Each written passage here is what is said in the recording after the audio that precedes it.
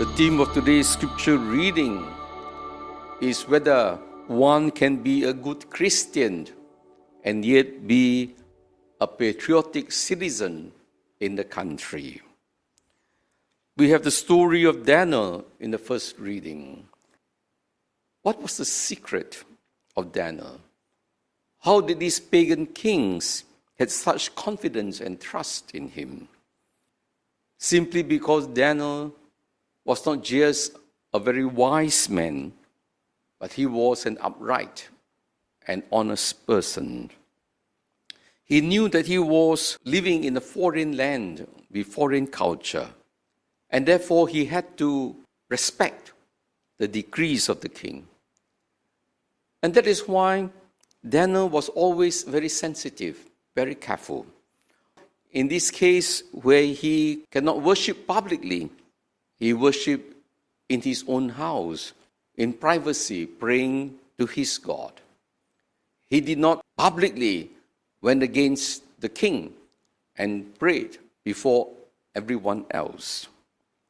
And I think this is something we need to learn from Daniel, that we can be faithful to our faith, faithful to our beliefs, and yet always respectful of the laws of the country. And this is very important because St. Peter, St. Paul, if you read his letters, always asking us to render obedience to the emperors, to those in charge over us, because they are the legitimate authority. And it is important, therefore, that we need to pay them respect. But at the same time, of course, we need to be firm in our own beliefs without giving in. And so there are certain ways to go about it, being sensitive to the customs of the day, the cultures of the day, and yet being true to our belief. There was never any doubt, we can be very sure, that the Babylonian kings, the Persian kings, had second thoughts about Daniel being faithful to his responsibility and to the royal court, whilst practicing his own faith. And it's a very good reminder for us, especially when we live in a country when our faith is not the main faith of the country, then all the more we need to respect those in authority. We need to respect those who are being properly elected to rule the country. And they're the legitimate authority. We need to cooperate. We need to assist. We need to help. We cannot impose our values and insist that everybody must follow because this is what we believed.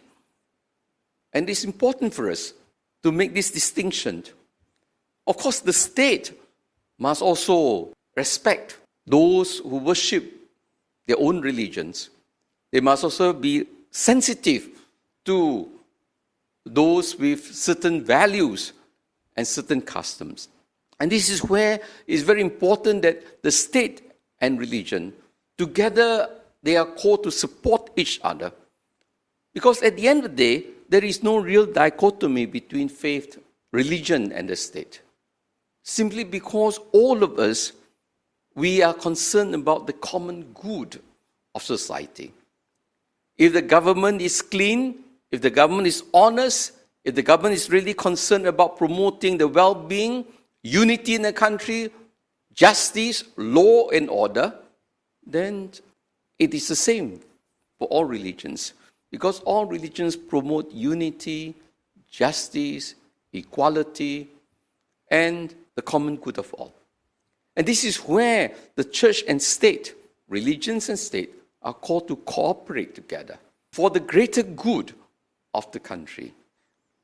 And so, my dear brothers and sisters, today we are asked to be truly good citizens, respecting that if the country is democratic, then we need to continue with the consultation. At the end of the day, the government of the day has to make the decisions after all the dialogue and consultation has taken place, because they are elected by the people.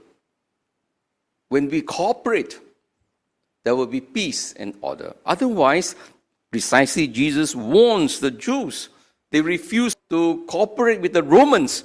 And in the end, Jerusalem was destroyed because they rebelled against Rome. If only they had lived the peaceful, non-violent way that Jesus had shown them, Jerusalem could have been saved. The Romans would have tolerated the Jewish faith. Unfortunately, they did not, simply because they refused to listen to the message of peace and harmony that Jesus came to proclaim.